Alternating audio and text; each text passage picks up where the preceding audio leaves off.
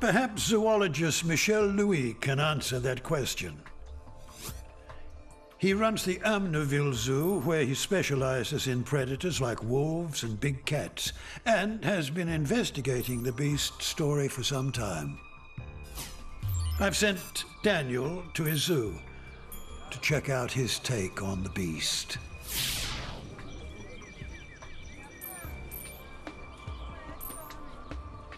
The one fact that stands out was the beast was not scared of humans, which is completely abnormal for a wild animal.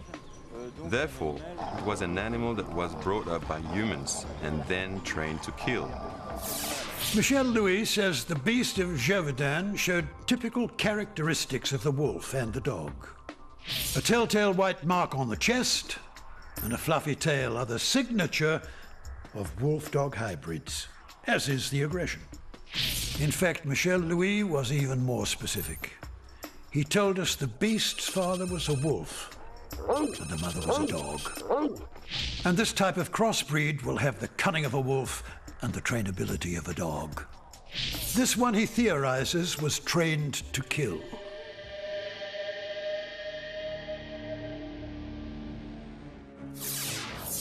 So, we've now established that the Beast of Gevaudan wasn't a wolf or a hyena, but most likely a wolf-dog cross. Michelle Louie, who has studied this mystery for 15 years, will now reveal the name of the alleged beast master. I believe the person behind the whole affair was an aristocrat, the powerful Count Jean-François Charles de Molette de Morangiès. French legend tells us that the Count of Morangiès was a rich, depraved sadist and a perverted fiend who was also against the king. It also says that the Count may have used Jean Chastel's skill with wolfhounds to breed and train the beast.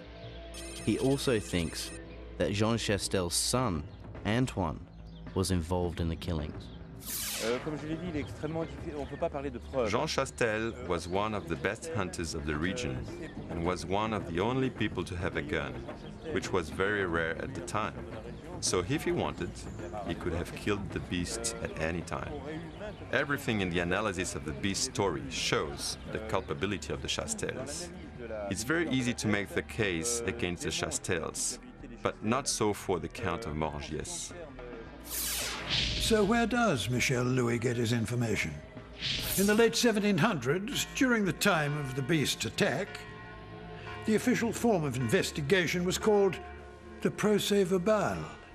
A witness to a crime would tell their story to a town official, such as a doctor or a priest. The town official wrote out the witness's account, which then became part of the historical record. Michelle Louie bases his research on these accounts. But how can we be sure that the Beast of Gevaudan was a murderer, not a monster?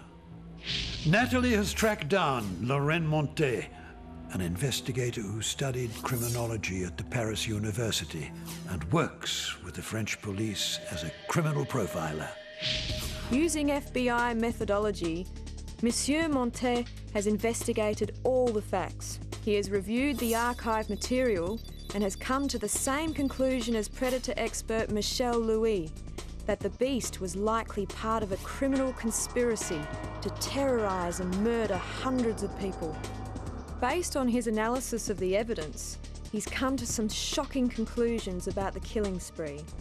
He says these men were possibly the worst serial killers in France, if not the world. I believe this is the very first crime in French history where an organized crime team has been involved in this type of terrorizing and murder. According to our profiler, there were 4 suspects. First, there is the beast, a mix between a dog and a wolf. Secondly, there is a person who trained the beast, Antoine Chastel. He has the mind of a serial killer. Thirdly, Jean Chastel, his father, and the hunter who killed the second beast. And fourthly, the ringleader, the Count of Morangiès, who also wanted to overthrow the King of France. The story happens when the king is in a precarious position. France was crippled by corruption and mismanagement, and she had just lost a 7-year war with Britain. There is hunger in the country, and the people of the region, particularly the women and children, are refusing to work in the fields for fear of the beasts. Revolution was in the air. So with revolution in the air, the Count saw his opportunity and put his sadistic plot into motion. But how can we be sure that Antoine Chastel and his father were involved? A map of the killings supports the detective's bizarre and disturbing theory. So what we can see with this map is that there are 6 different killing zones.